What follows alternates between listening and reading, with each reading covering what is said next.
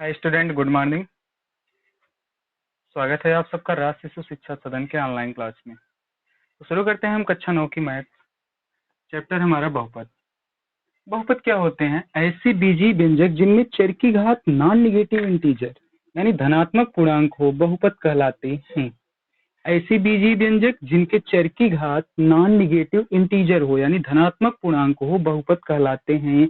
बहुपद को हम इस तरह से लिख सकते हैं पी एक्स बराबर A not A one X A two X two A two X square dash dash A N X की पावर एन, जहां A one A two A three इत्यादि वास्तविक संख्याएं हैं।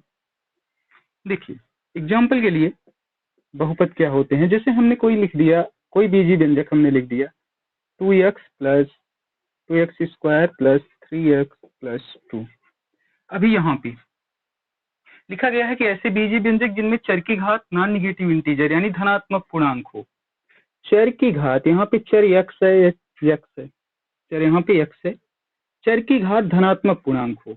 अभी यहाँ पे देखिए ये दो कैसा है, ये धनात्मक पूर्णांक है, यहाँ पे चर की घात 1 है, ये भी धनात्मक पूर्णांक है और ये सभी वास्तविक संख्याएं हैं, तो ये बीजीय व्यंजक बहुपद कहलाएगा। कोई दूसरा लिखते हैं, जैसे कड़ी में 2x प्लस 4x। अभी यहाँ पे कोई दूसरा बहुपद लिखा हुआ है, कड़ी में 2x³ plus 4x³ plus 3x plus 2। अभी यहाँ पे देखिए कड़ी में 2 वास्तविक संख्या है, 4 भी वास्तविक संख्या है, ये 3 भी वास्तविक संख्या है और 2 भी वास्तविक संख्या है। अब यहाँ पे चर x है, x की घात देखते हैं, x की घात यहाँ पे 3 है जो कि धनात्मक पूर्णांक है, यहाँ भी 3 है धनात्मक पूर्णांक है, यहाँ x की घात 1 है, ये भी धनात्मक पूर्णांक है, तो ये पूरा बीजीय व्यंजक बहुपद कहलाएगा। तो ऐसे बीजीय व्यंजक जिनके चर की घात धनात्मक पूर्णांक हो बहुपद कहलाते हैं और चर के गुणांक वास्तविक संख्या होनी चाहिए। तो ये रही बहुपद की डिफिनीशन। अभी देखते हैं बहुपद के प्रकार।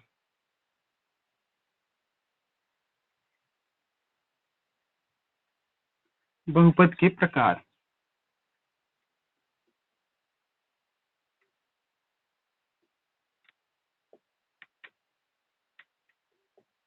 बहुपद को हम दो तरीके से बांट सकते हैं। एक तो पदों की संख्या के आधार पर, नंबर ऑफ टर्म्स, पदों की संख्या के आधार पर,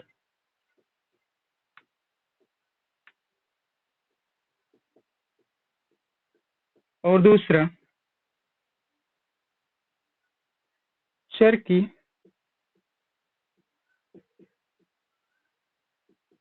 घातों के आधार पर।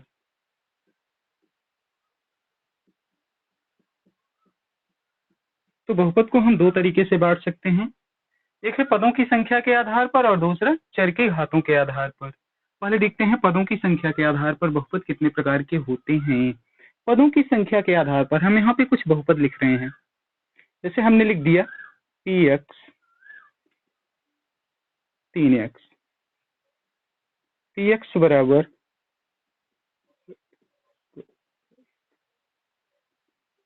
px बराबर 10x³ प्लस।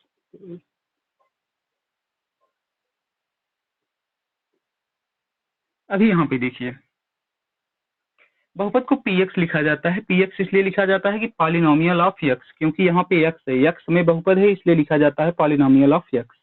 अगर यहाँ पे y रहता तो इसे py लिखा जाता। पदों की संख्या के आधार पर बहुपदों के प्रकार।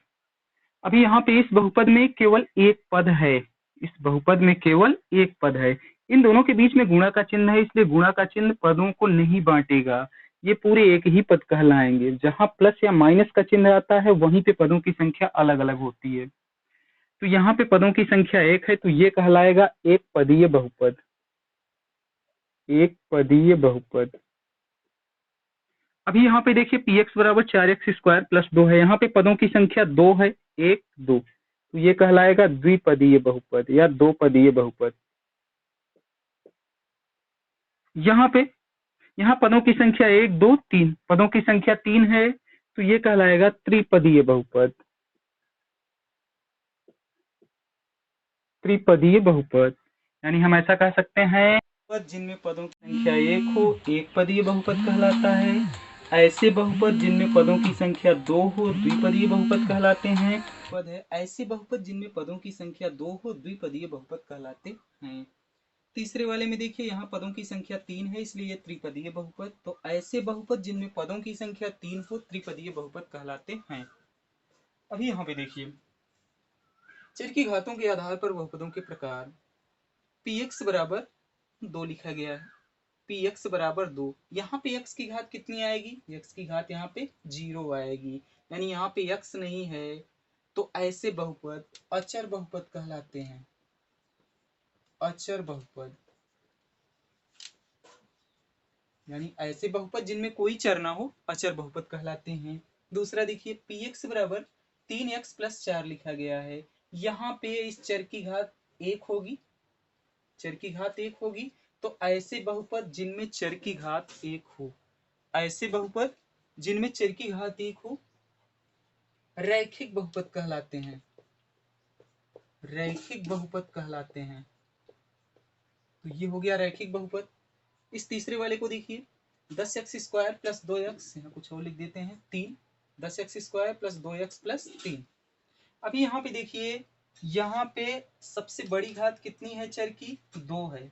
चर की सबसे बड़ी घात 2 है। तो हमें सबसे बड़ी घात से मतलब होता है, सबसे बड़ी घात हमें देखना है यहाँ पे कि चर की सबसे बड़ी घात कितनी है? 2 है। तो ऐसे बहुपद जिनकी घात 2 हो, ऐसे बहुपद जिनकी घात 2 हो, द्विपदीय बहुपद द्विघातीय बहुपद कहलाते हैं। द्विघातीय बहुपद, द्विघातीय बहुपद। चौथे वाले में देखिए, यहाँ पे चर की सबसे बड़ी घात 3 है। हमें सिर्फ बड़ी घात से मतलब था, चर की सबसे बड़ी घात 3 है। तो ये कहलाएगा त्रिघातीय बहुपद। त्रिघातीय बहुपद। एक बार फिर से देख लेते हैं। ऐसे बहुपद जिनमें चर की घात 0 हो, अचर बहुपद कहलाता है। ऐसे बहुपद जिनमें चर की घात 1 हो, रैखिक बहुपद कहलाता है। ऐसे बहुपद जिनमें चर की घात 2 हो, द्विघातीय बहुपद। ऐसे बहुपद जिनमें चर की घात 3 हो, त्रिघातीय बहुपद। जहां चर की घात 4 आएगी, चार घातीय बहुपद कहलाएंगे। तो इसको हटा देते हैं अभी। ये थे बहुपदों के प्रकार।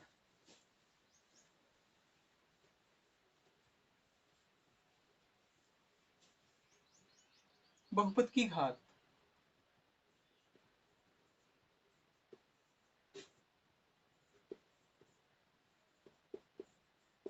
बहुपद की घात, बहुपद की घात क्या होती है? जैसे हम कोई बहुपद यहाँ पे लिख देते हैं। यहाँ पे हमने लिख दिया px इक्वल टू 10x की power 15 plus 15x² plus 16x plus 4। हमने यहाँ पे एक बहुपद लिख दिया। अब यहाँ पे देखिए, हमें निकालना है बहुपद की घात, ये कितने घात का बहुपद है।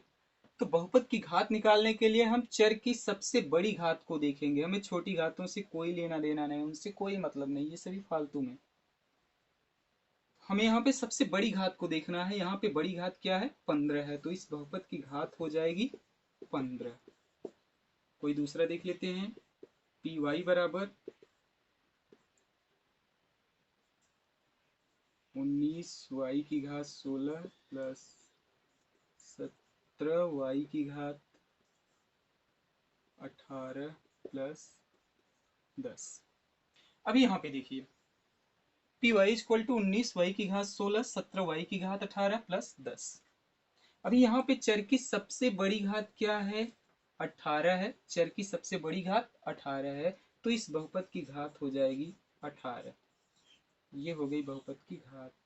यहाँ पॉलिनोमियल ऑफ y में था, इसलिए पी वाई लिखा गया।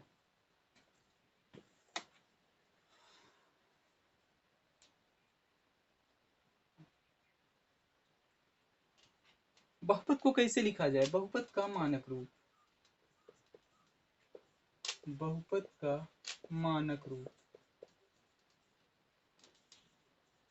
बहुपद का मानक रूप, उस साइड से लिखते हैं।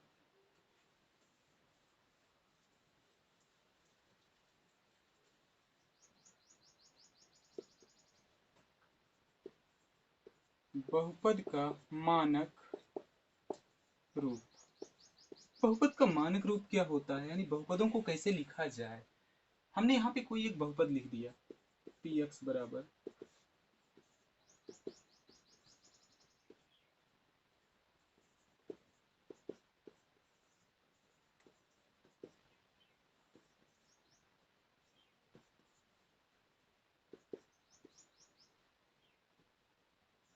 देखिए बहुपद का मानक रूप। बहुपद का मानक रूप क्या होता है कि बहुपदों को हमेशा आरोही या अवरोही क्रम में लिखा जाता है, घातों के आरोही या अवरोही क्रम में लिखा जाता है। यानी बहुपद को हमें जब भी लिखना होगा तो हम क्या करेंगे, बहुपद की घातों के आरोही या अवरोही क्रम में लिखेंगे। तो इसका मानक रूप क्या हो जाएगा, तो यहाँ पे लिखते हैं अवरोही क्रम में, सबसे बेस्ट रहेगा अवरोही क्रम में लिखिए, क्योंकि आगे जब हमें सवालें हल करनी होंगी तो हम अवरोही क्रम में ही लिख करके हल करेंगे, इसलिए बहुपदों को अवरोही क्रम में लिखिए। आरोही क्रम में भी लिखा जाता है मानक रूप में, लेकिन अवरोही में ही लिखिए। तो बहुपद को हम अवरोही क्रम में लिख देते हैं, घातों के अवरोही क्रम में लिखा जाएगा। अब यहाँ पे देखेंगे सबसे बड़ी घात क्या है, अभी ये वाला है 10x की घात 4, तो इसको लिखेंगे सबसे पहले 10x की घात 4। फिर इसके बाद ये है घात 3, 18x की घात 3। फिर इसके बाद 15x की घात 2। फिर इसके बाद यक्स की घात 1 है तो यक्स, इसके बाद ये अचर पद है 10। तो ये हो गया बहुपद का मानक रूप, यानी बहुपद को अगर अवरोही क्रम में लिख दिया जाए तो वही होता है बहुपद का मानक रूप। चलिए कुछ सवालें देख लेते हैं एग्जाम्पल के लिए, एक्सरसाइज से।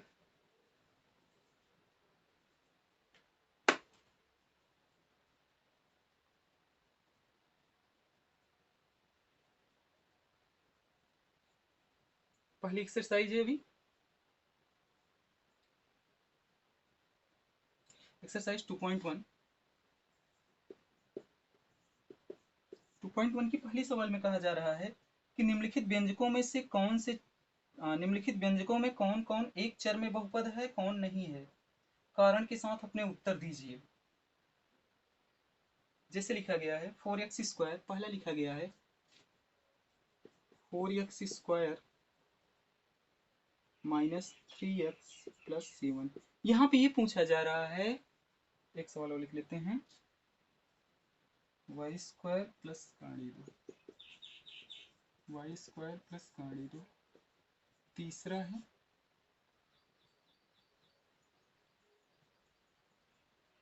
तीसरा नहीं, हम पांचवा लिख रहे हैं। पांचवा है इसमें x की power 10 plus y³ plus t की घात 30। अब यहाँ पे पूछा जा रहा है कि कौन कौन से बहुपद एक चर राशि में बहुपद हैं। एक चर राशि में बहुपद, एक चर में बहुपद, यहाँ पे हमें छांटना है कि कौन कौन से बहुपद एक चर में बहुपद है। यहाँ पे देखिए पहले वाले बहुपद में चर कौन सा है, यक्स। यहाँ पे जितने भी हैं सभी यक्स में हैं, तो ये पहला वाला क्या कहलाएगा, एक चर में बहुपद है। यानी एक तो पहला वाला हो गया, क्योंकि यहाँ पे चर की संख्या एक है, क्योंकि सब यक्स में ही है। भले यहाँ पे 2 बार यक्स लिखा गया है लेकिन है तो यक्स, तो ये एक ही चर में बहुपद है, तो पहला वाला हो गया एक चर में बहुपद। दूसरा देखिए, दूसरे वाले में केवल y है, y के अलावा दूसरा कोई चर नहीं है, तो ये भी कहलाएगा एक चर में बहुपद है। लेकिन ये पांचवा वाला देखिए, यहाँ पे एक जगह x है, एक जगह y है और एक जगह t है, तो ये एक चर में बहुपद नहीं है। जबकि ये 3 चरों में बहुपद है, क्योंकि एक x है, एक y है और तीसरा t है, तो ये 3 चरों में बहुपद होगा। और एक चर में बहुपद है ये पहला और दूसरा वाला। तो पहली सवाल आप इसी तरह से हल कर सकते हैं।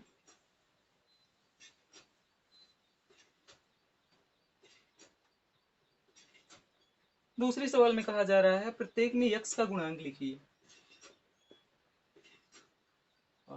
x² का गुणांक लिखिए। x² का गुणांक लिखना है, इसका पहला है 2 प्लस x² प्लस x। देखिए यहाँ पे हमें x² का गुणांक लिखना है, x² का गुणांक, x² यहाँ पे है, x² के साथ किसका गुणा किया गया है, संख्या तो नहीं दिख रही है कोई, तो हम एक मान सकते हैं यानी यहाँ पे एक्स स्क्वायर का गुणांक क्या है, एक्स स्क्वायर का गुणांक 1 है। इसी तरह से एक और देख लेते हैं, दूसरा माइनस एक्स स्क्वायर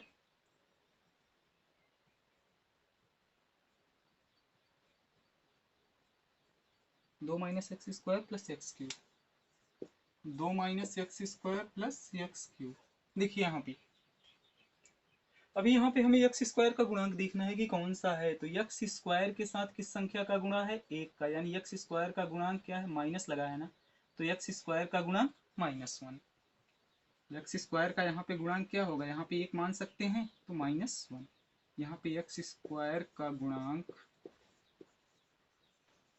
-1। तो इसी तरह से आप दूसरी सवालों को कर सकते हैं, एक्स स्क्वायर का गुणांक लिखना है। हाँ, इसमें एक चौथा है अभी, कहानी में 2x प्लस 1, सॉरी, कहानी में 2x माइनस 1। अब यहाँ पे हमें एक्स स्क्वायर का गुणांक देखना है कि कौन सा है एक्स स्क्वायर का गुणांक। क्या इस वाले बहुपद में हमें एक्स स्क्वायर कहीं दिख रहा है, नहीं दिख रहा है। इस बहुपद में एक्स स्क्वायर नहीं दिख रहा है। जब एक्स स्क्वायर नहीं दिख रहा है तो एक्स स्क्वायर का गुणांक 0 होगा, क्योंकि एक्स स्क्वायर नहीं दिख रहा है, यानी यहाँ पे कुछ ऐसा रहा होगा 0 एक्स स्क्वायर, इसलिए ये 0 हो गया। तो एक्स स्क्वायर का गुणांक क्या है, 0 है यहाँ।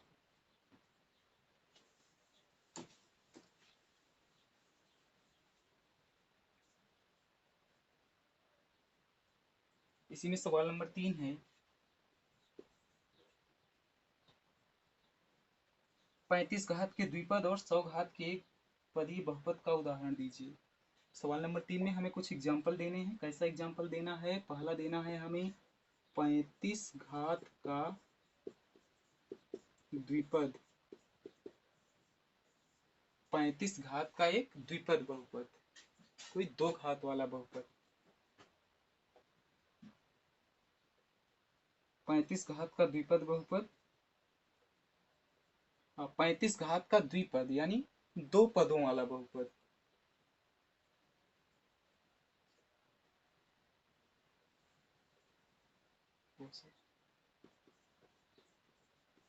देखिए, यानी ऐसा बहुपद लिखना है जिसकी घात 35 हो और उसमें 2 पद हों। तो लिख देते हैं, कुछ भी हम लिख सकते हैं, 10x की घात 35 लिख देते हैं, प्लस यहाँ कुछ भी लिख सकते हैं, इसमें 2 पद हैं और इसकी घात 35 है, px बराबर, अगर, या फिर हम इसे ऐसे लिख सकते हैं कि px बराबर ax की घात 35 प्लस ax की घात 35 प्लस b, जहाँ a और b रियल नंबर हैं, जहाँ a और b रियल नंबर हैं और a और b 0 के बराबर नहीं है।